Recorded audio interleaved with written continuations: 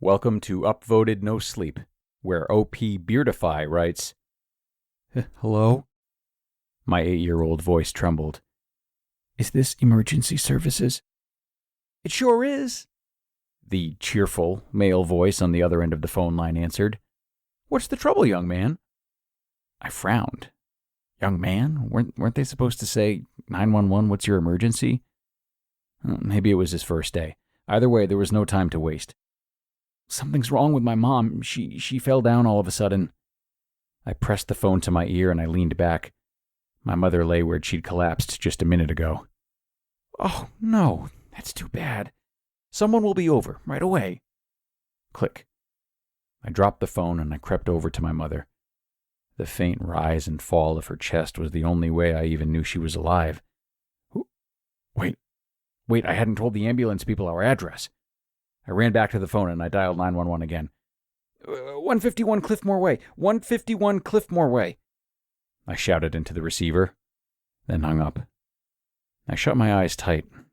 I wanted to scream. I wanted to shatter into a million pieces, like the glass that had fallen from my mother's grasp just before she collapsed. But all I could do was wait and hold her hand and pray. It felt like an eternity before the doorbell rang. I sprang to my feet, but froze when I turned the corner. A short, brown-haired white man was peering through the window with a grin on his face. He rang the bell again, more instantly this time, and I noticed he wore a red nurse's uniform. I let out a sigh of relief. The ambulance people were here. Everything was going to be okay. So I yanked the door open. "Hello there, young man," the smiling man exclaimed. I read the name Marbus on his name tag, right beside the pens and the stethoscope. "Where's the unlucky lady?" he asked. "You mean my mom?" I stammered. She's in here." Then 2 expressionless assistants in identical red uniforms rolled a gurney to where my mother lay, surrounded by shards of glittering glass. Up, and away! Nurse Marbus rubbed his hands together excitedly while my mother was loaded onto the gurney and rolled out the door. A jolt of helpless fear shot through me. They were taking my mother away. Mister, can I ride with my mom to the hospital?" I asked the smiling man. "Hospital?" Nurse Marbus wrinkled his forehead, confused. "Oh, there's no need for that. We're professionals, you see." As the assistants loaded my mother into the back of the black ambulance, I looked over their shoulders at the sharp and jagged tools hanging from its walls. They weren't like any medical instruments that I'd ever seen. "We'll take excellent care of your mother," the smiling man went on, "and call as soon as you can see her." Nurse Marbus leapt into the rear compartment. His expressionless assistants climbed into the cab, and the black ambulance began to back out of the driveway. I ran behind it, waving my hands.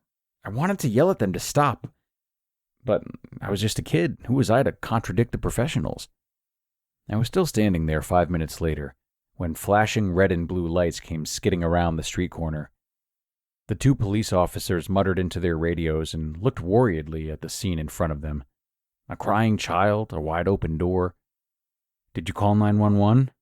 A blonde policewoman asked. "I did," I nodded. "But they already came. They took my mom away."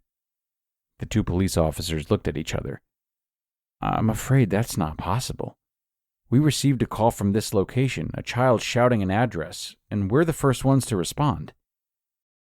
It's been 20 years since that black ambulance drove off with my mother. I never learned what became of her, or of the strange nurses in the red uniforms. My foster parents said that I made it all up. Trauma, they said.